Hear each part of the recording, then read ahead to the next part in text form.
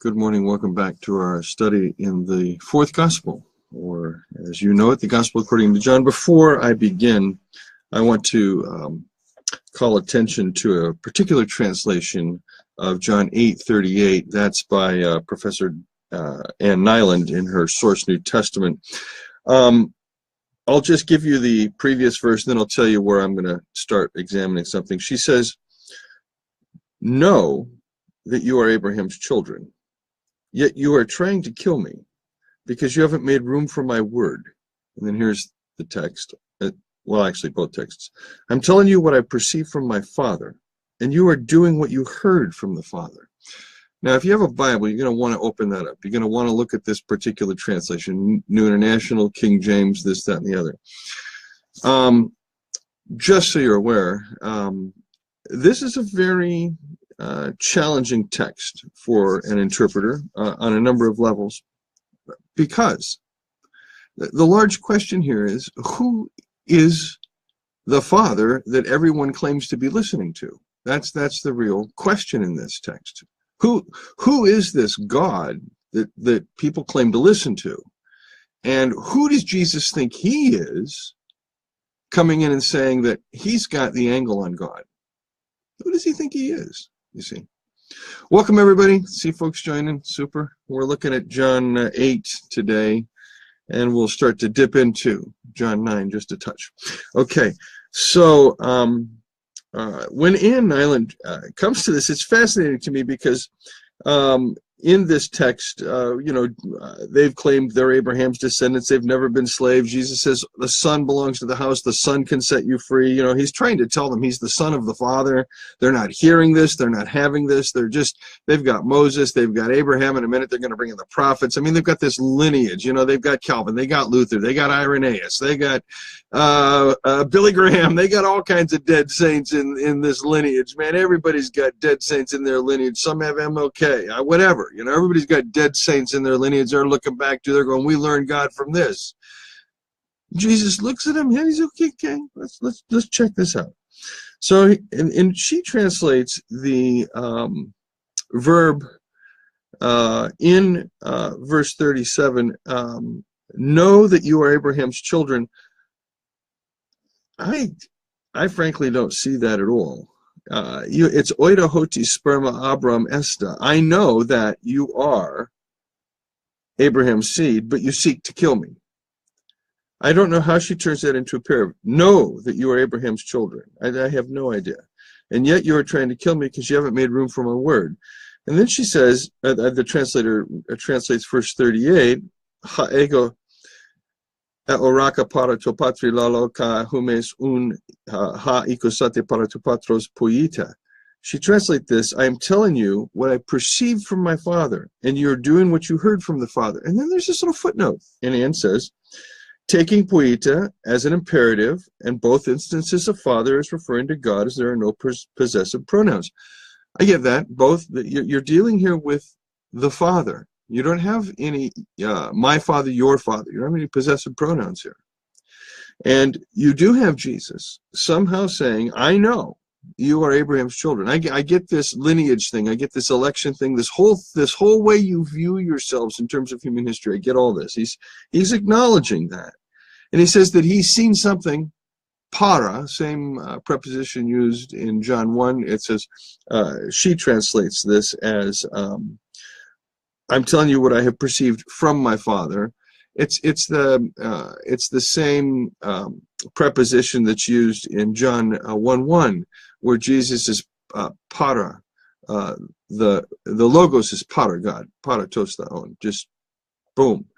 And then you have also in this particular text, when she says she translates as an imperative, she doesn't, because she turns around and translates as a present active. You are doing. So I want to suggest a little emendation to Ann Nyland's translation here. I just want to have, I know that you are the seed of Abraham, but you seek to kill me. For my word is not within you. What I have seen with the Father, together with the Father, I speak. What you've heard from the Father, do. That's the imperative. Do it. What I see with my Father, I'm telling you, and what you've heard, do it. There's the imperative, and I think that makes much better sense in terms of translation. Okay, as we move forward now, 39 and following. Remember, it's very key to remember this.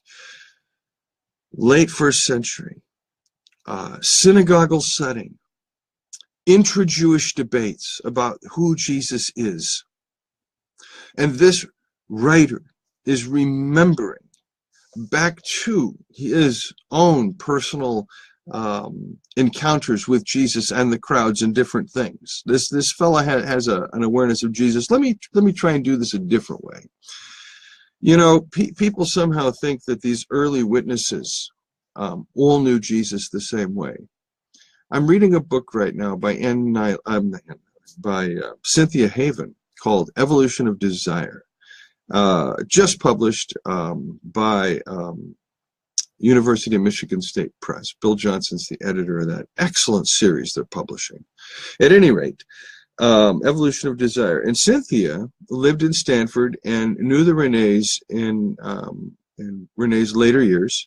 And she has done a massively excellent bit of research here and kind of given us it's a biography in a way. It's not your classic kind of biography that you'd expect, and it omits a lot of things. There's a lot of, for me, there's still a lot missing. We need a critical biography, and I believe that Benoit Chantre is writing that. We do need a critical biography, but this piece by Cynthia Haven is wonderful because she knew Rene. Now, I've known Rene, I knew Rene, I should say, since, 1990, so for 25 years, till he passed in 2015. Wow, time flies. And had my encounters with Rene and conversations with Rene and Martha, I mention this because many others did too. So there's a lot of living persons that knew Rene on one level or another, to one degree or another, in different ways. You see what I'm saying? Okay. Now, the reason I mention this is when Anne is writing her book, there's a lot in that book that just, yeah, that resonates with me. That's the Rene I know. You see what I'm saying? That's the Rene I know. I learned some things, had some things clarified for me that I've only known in conversations with Rene. I've kind of known the summary, and in sections of the book, Cynthia has really expanded my knowledge of that and helped me to really see some things much more clearly. So when I say this is that you go to different folks that knew Girard. You go to Sandy Goodhart or Andrew McKenna. You can go back to Cesario Bandera. You can go to Bruce Chilton. You can go to Diana Culbertson or Martha Reinecke or anybody that knew Rene. And in one way or another, there's going to be a congruence in how we all knew Rene, but there is going to be extraordinary differences in the things we remember about Rene. Okay, my memories of Rene, you know, they're the things that my brain has selected out. You know, and conversations and things. And in one sense, I think I can say, I mean, there are exceptions, of course, where something that Rene said was so stunning I memorized it, but in a sense I couldn't really tell you anything that Rene said in conversations. I can tell you what we talked about, what I sensed and felt, things that were important, but I never really recorded anything. But I knew his mind, and I knew his person, and I sought to be faithful to that in what I do. Well, it's the same thing with this writer. And by the way, when I was in seminary in the 1980s, I discovered the same thing with Bonhoeffer.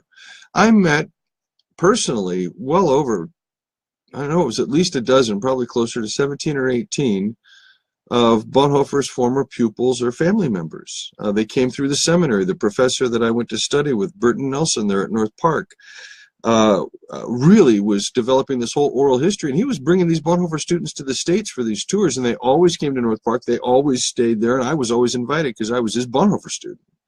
So I got to know a lot of Bonhoeffer's pupils and family members, and I had millions of questions about Bonhoeffer with these folks, and there were a lot of very different views of Bonhoeffer amongst his students and pupils in the early 1980s. I mean, they're dredging up memories 50 years old now, right? You know, Bonhoeffer was doing his work in the 20s, 30s, and until he was killed by the Gestapo in April of 45. So all these Bonhoeffer family members and students, they have different takes. Dieter Zimmermann was a journalist.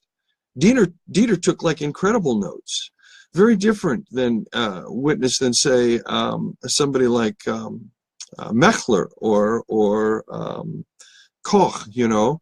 A very different style of person. I mean, Werner Koch, when we sat down, he just was amazingly helped really familiarize me with the Finkenwalde period, because he took that in. He's got a bit of pietist in him, you know.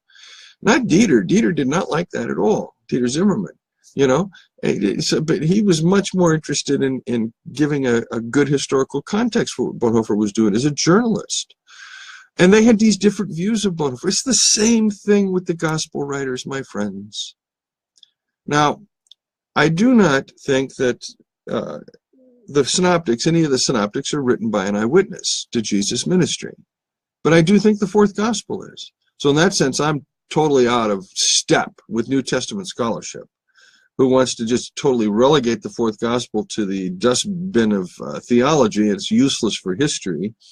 And who want to build their Jesus out of the synoptics, this Che Guevara Jesus out of the synoptics, you know, this kind of revolutionary Jesus, this Jesus that's all about economics and politics and sociology and all the things we're interested in, we always find in Jesus. And they managed to create this figment of their imagination, this Jesus of the Jesus seminar, this political Jesus, this Jesus that somehow, if you're conservative, he's a capitalist. If you're liberal, he's a socialist or a communist. I mean, it's amazing that what we do, we turn around and try and create Jesus in our own image, and we're so dumb this way.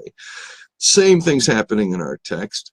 The interlocutors have created God in their own image, and Jesus has to disabuse them of that. So the one thing that is the hardest thing for us to do is to acknowledge that the God in whom we believe or do not believe is a figment of our imagination. Yeah, that's the tough task. Because all of us, if we know God, we want to think that we know the true living God. And all of us that are certain there is no God want to be certain that we know there is no God. We trust ourselves.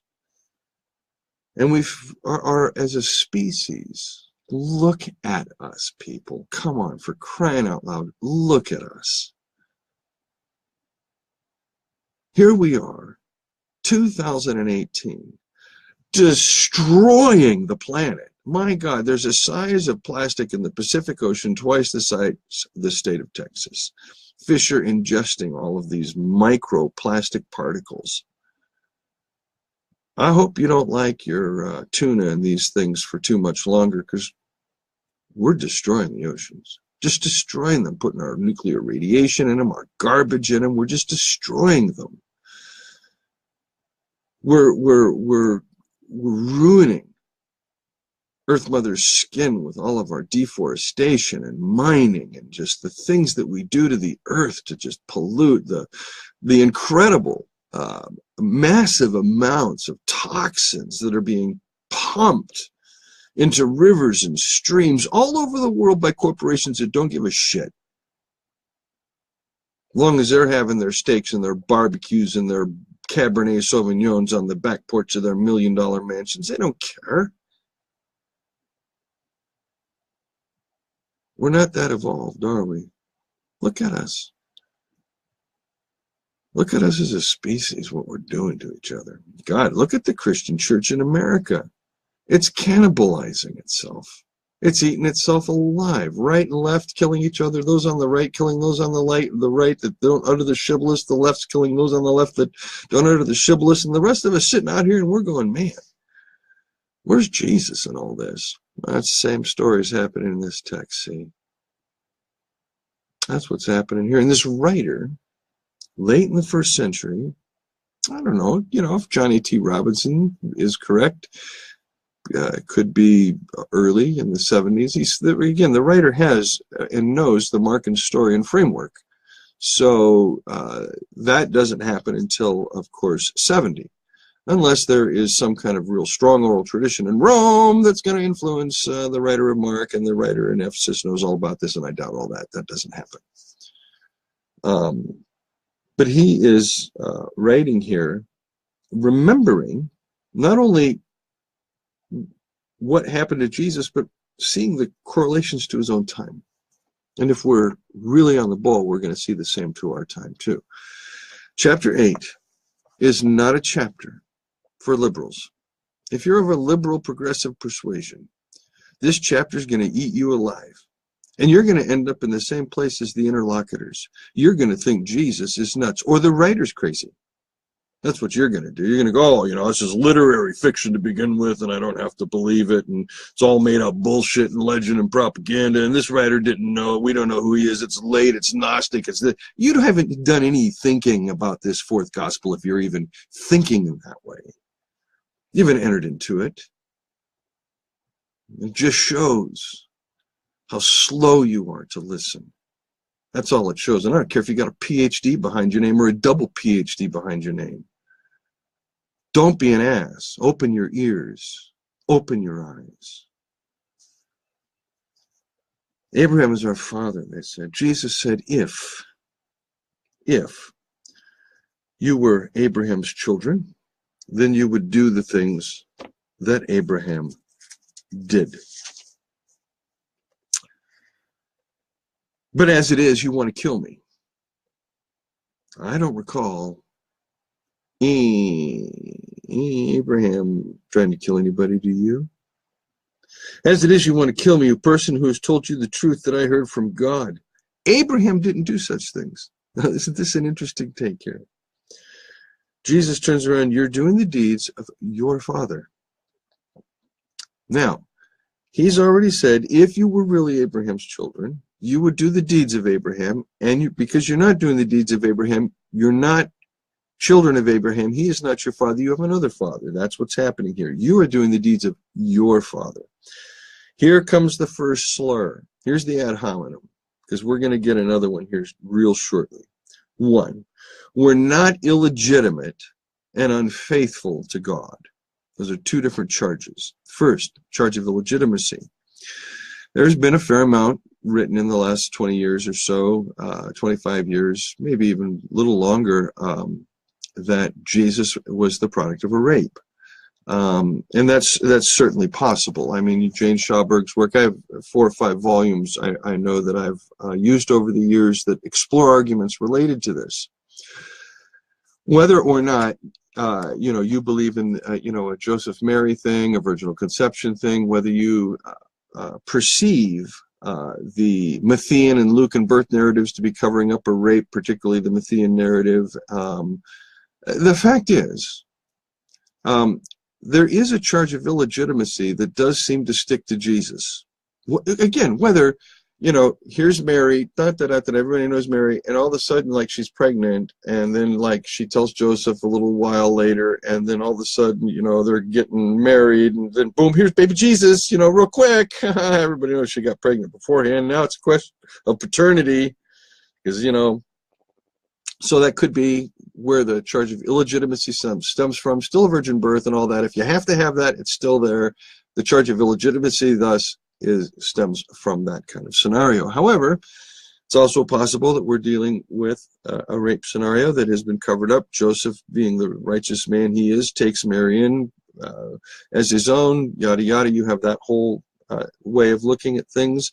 You certainly have the Girardian approach to those virgin birth texts, by the way, which is to acknowledge that the God in the text is doing something quite different than gods in other texts do when they engage women. The God of Scripture does not rape. Mary consents. And so, at any rate, here's the charge of illegitimacy. You're illegitimate.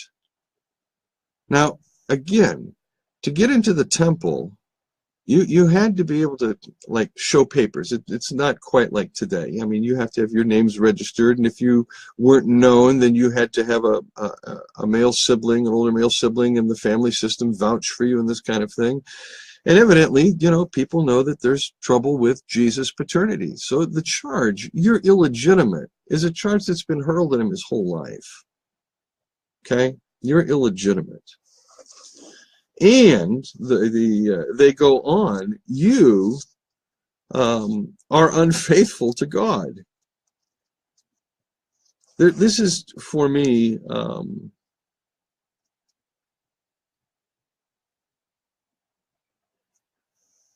strange, that they should find his signs. Remember, we so far have 4. We're approaching the 5th.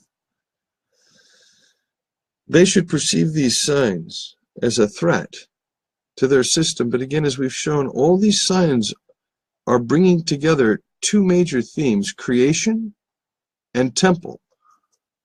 Creation, atonement. Water, blood. That's all through this. Spirit, water, blood, spirit. You just see this being woven through this.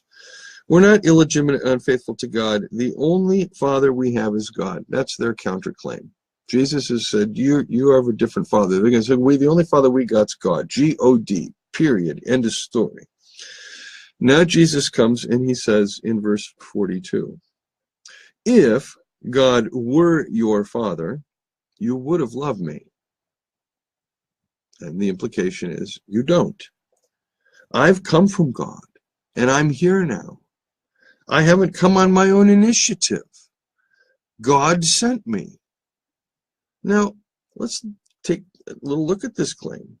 If God were your Father, you would love me because I came from God. In fact, I didn't just come from God. God sent me. I didn't choose to do this. It's a mission here. And why don't you understand what I'm saying to you? I'll tell you why. It's because you're not willing to listen to my message. And there it is. There it is. Why is it that people don't understand what Jesus is saying? Because they don't want to listen. Friends, what we want to do with Jesus is we want to get him on our side, and we create these little things called Christologies. And these Christologies look a lot like us. The right-wing Christology in American Protestant Christianity looks a lot like right-wing Christians. And the left-wing Christology of progressive Christianity looks like a lot like a wild gooser. Know what I mean? Okay?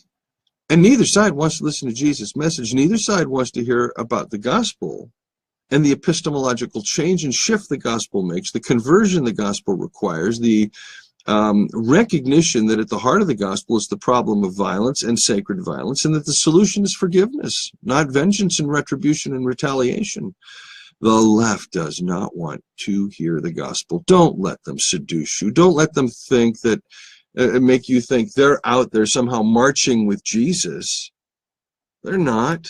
They're marching to their own Jesus, just as the conservatives do. They're all figments of imagination because no one wants to listen to the message. Everybody wants to say, oh, Jesus said love one another. Love. Let's love one another. Just don't be, No. Forgiveness is the heart of the Christian message. It is the way to mend the relationship without blood. That's the new order. No conservative wants that. It blows their whole eschatology right out of the water. They believe they've prayed the sinner's prayer and believe the right things. They're going to heaven when they die. Amen? Can I get a witness? Hallelujah. Yeah, we're the elect, the 144,000. Those who've got their little ticket. Liberals do the same thing. They don't want Jesus. He screws with their eschatology because they've got everybody included in their inclusion except for voters for Trump. Voters for Trump, there's a special place in heaven called hell for those people. And the reason we know that is because we get to treat them like that here. Well, hey, the right wing treats the left with contempt. The left treats the right with contempt. And we're all doing this in the churches in the name of Jesus. Somebody help me out here. See what I'm saying? So This text poses a real problem because Jesus is making an exclusive claim. God sent him. Now, of course, in the so-called historical Jesus research, we see the same theme, don't we? You can look at Ben Myers' The Aims of Jesus, N.T. Wright's Jesus and the Victory of God. You can look at Jeremias's New Testament Theology, Volume 1. You can look at Martin Hengel's Charismatic Leader and His Followers. There are many books that recognize that there is a sense that Jesus has agency from God in the historical Jesus literature. No different here. Same claim. But they don't want to hear this. They don't want to hear this because the claim is going to go slightly further than any of them like.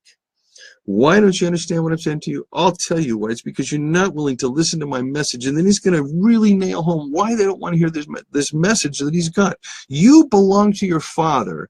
This is Ann Nyland's translation. Slanderer, capital S, hyphen, liar, capital L. She translates diabolos, not devil, but slander, capital S, slander, hyphen, capital L, liar. Slanderer, liar. You belong to your father, slanderer, liar. And you want to carry out your father's desires. Now, friends, here we are, the most extraordinary text. And you already know, everything is about imitation. I see with my Father things and I speak. You hear and you do. The Father sends me. I do what the Father tells me. You do what your Father tells you. This is all about imitation, isn't it? Imitation of one of two things, and only one of two things. The true and living God, or the false God that we've created, known as slanderer, liar. The God that we fear. You belong to your father, slanderer, liar, and you want to carry out your father's desires. He was a murderer right from the start. What's he talking about? Well, obvious. He's talking about Romulus and Cain. He's talking about creation myths, originary founding murder myths, isn't he? He's saying that the origin here matters because the end result stems right from the origin. Who they are and how they're behaving comes right from the one that's truly their father. And their father is not Abraham, who's mentioned in chapter 12, Genesis chapter 12. No, you got to go back a little further than that. And Jesus is saying, you think you belong to Abraham. All you Abrahamic religions, Christianity, Islam, Judaism, you all claim to go back to Father Abraham. I got news for you. You go back to your father, slanderer, liar, Diabolos, and Adama and Kana, Adam and Cain. He was a murderer right from the start. He doesn't rely on the truth because there's no truth in him. There's no truth in slanderer, liar. You have to understand this. Even when slanderer, liar tells the truth, it's not truth because of who it comes from. Truth is only ever spoken to be used and manipulated and abused. Now, I mean, look at our entire justice system today. Is not about truth, the whole truth and nothing but the truth, because you get on the witness stand, you go to speak your truth, and you're cut off by the attorneys or the judges who say, we didn't ask that question. But they want the whole truth, but they don't want the context which creates the whole truth. They just want the little answer to their question so they can manipulate and say, you said this and this and this and this. There's no interest in truth. How wonderful. Our philosophical post-modernity system is the same as our justice system, is the same as the way we look at texts and religion and everything else in the gospel. We look at everything and we go, does any of it really matter? We are so Nietzschean. We are so nihilistic. We are so pessimistic. We are, folks, overbought and overdone as a species. We're burnt. We need this more than anything else. We need to understand that there is light in the darkness. There is death, life in death. There is hope in despair. There is water in the desert. There is There is food for life, not just bread, not just money, not just a welfare check, not just food stamps, not just all the things the liberals want to give to the poor, and not just great big feasts and $1,000 bottles of wine. Life is life, but you get it all wrong if you think bread isn't for the whole person. There's more bread out there in my backyard with the birds singing and the squirrels playing and the rain gently falling than there is in a rich person's refrigerator.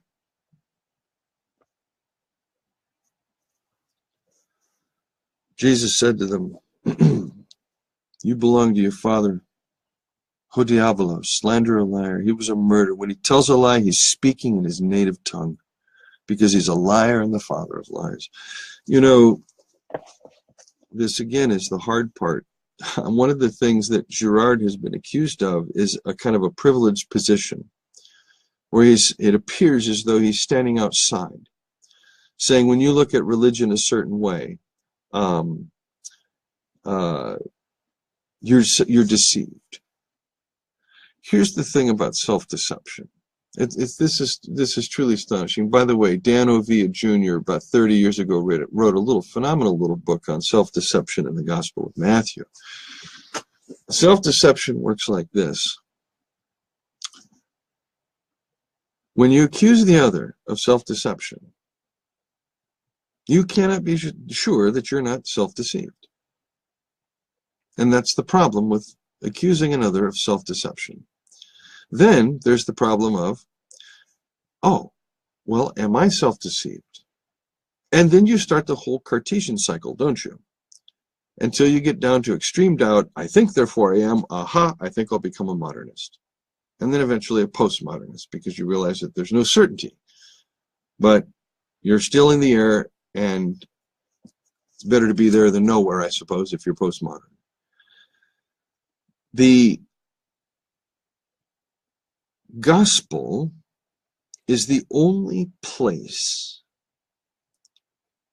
that shows us the truth about us. And what it asserts about us as a species is that we are caught in a web of lies and death. That is, the two things that is the same, the deception of Genesis 3 and the murder of Genesis 4, belong together in the Genesis founding murder myth. They're all of a piece. When your doctrine of original sin stays with Genesis 3, you can do all kinds of theological gymnastics and ignore culture and let the world go its own way, and you can not give a damn. But when you connect Genesis 4 to Genesis 3 in your doctrine of where things went wrong, now you're talking about the founding of civilization. Now you're talking about human culture. Now you're talking about movies, art, film, literature, everything that we produce, technology, science. You're talking about the whole lock, stock, and barrel, kit and caboodle, this thing we know as civilization. Arises from blood, death, murder, deception, the essential components of scapegoating. And Girard's thesis right here is in a nutshell in these verses. And he has, the Johannine writer has Jesus going right back to this point to be able to say, when you reject my message, remember the logo, John 1:9, the Logos comes into the world doesn't know him, and his own people, paralaben, they cast him out. The message is rejected, the gospel is rejected. Again, we saw in John 6, the whittling down from the multitudes down to just a few. By the majority, by the religious authorities. They don't want it. It would cost them too much.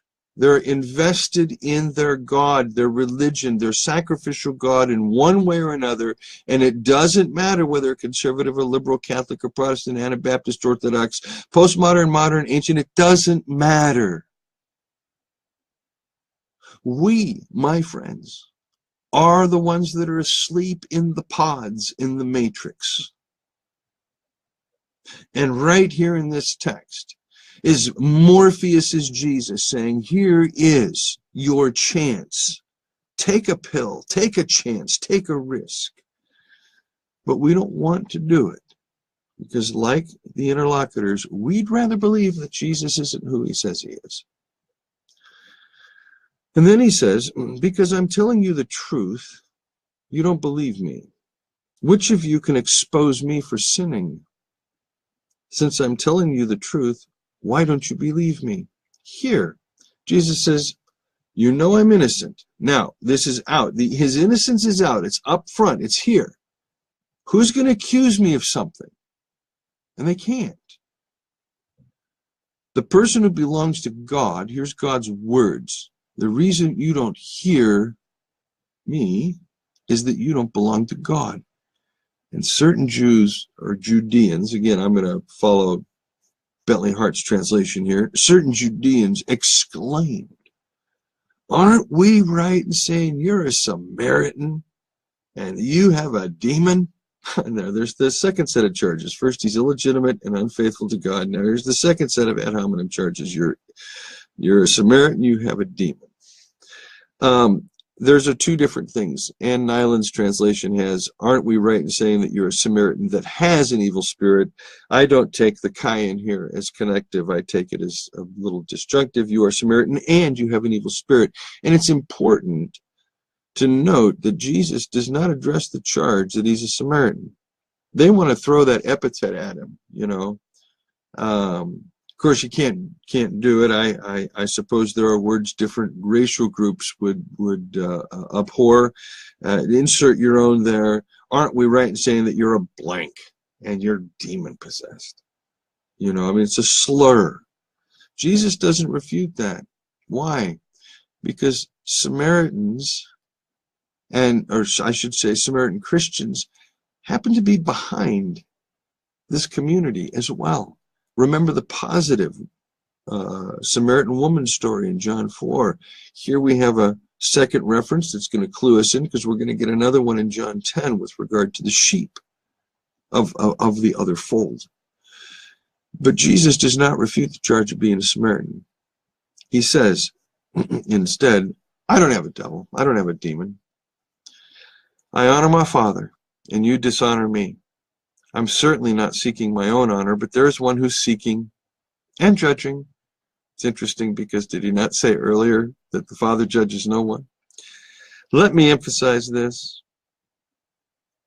Anyone who holds on firmly to my word will not experience death ever. Now here's the big one. Now he's just kind of dropped the big bomb right in the middle of their playground, as it were. If you hold firmly to my logos, he says, you will never experience death. That's powerful language. I mean, that's like,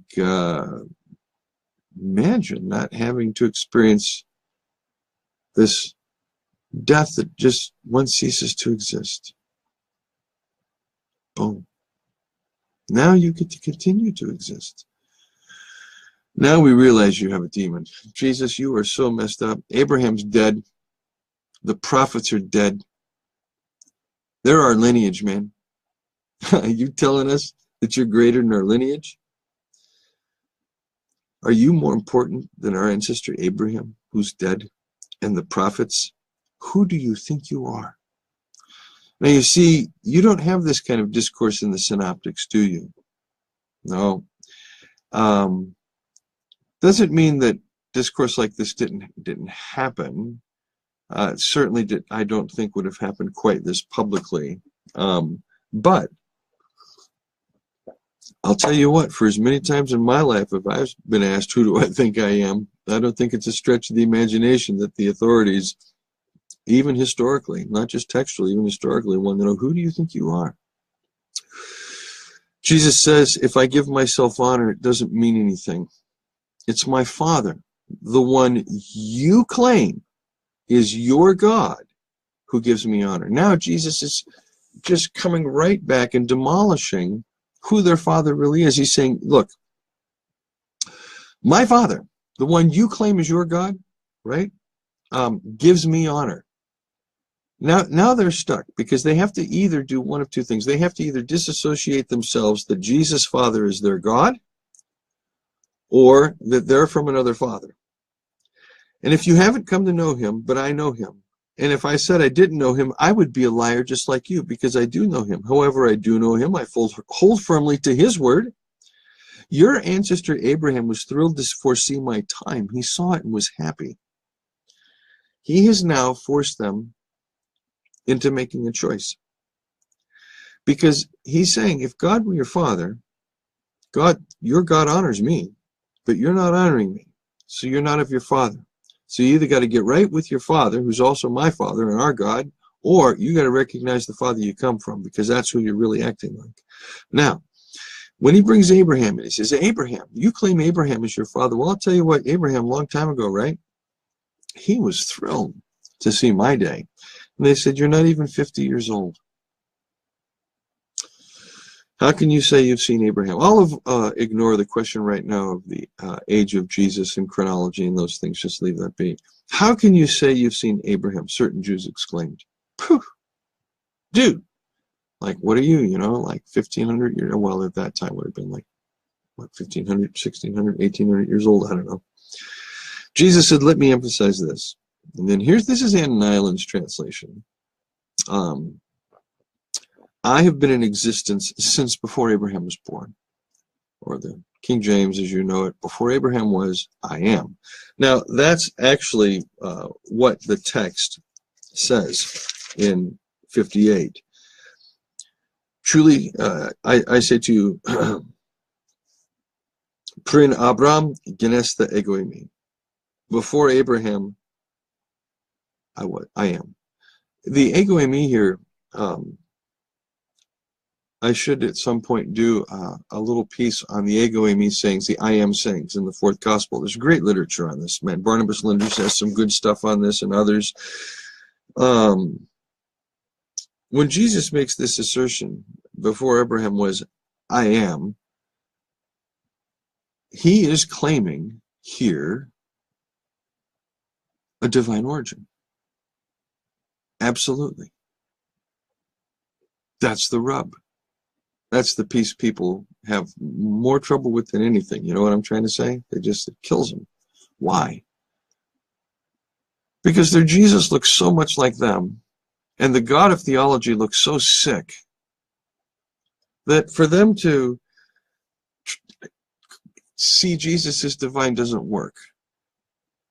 It's their bad views of God. They don't allow Jesus to refrain.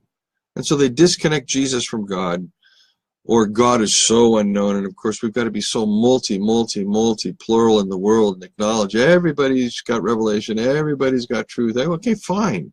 But you still have no epistemological place from which to move or think or be. I mean, you can be so postmodern in your abstract theories, but you don't live your life that way.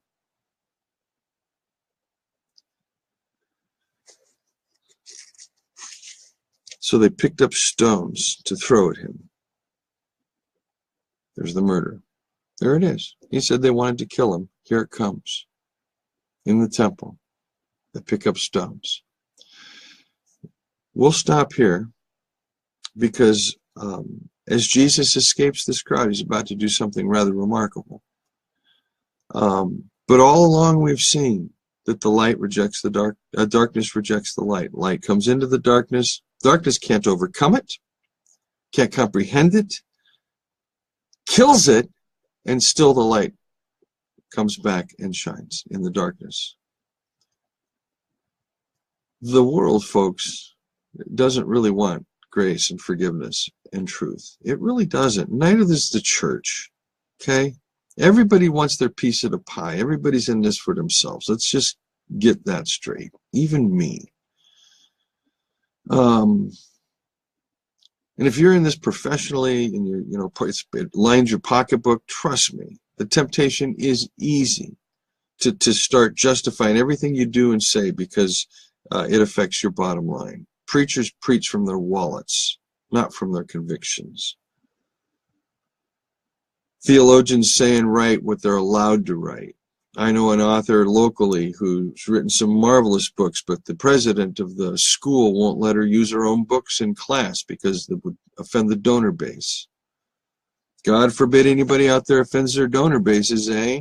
Say the wrong word at a faculty meeting and boom, you're gone. Good heavens. I'm not sure what we've come to anymore, but we are in a John 8 crisis in this country, in Christianity.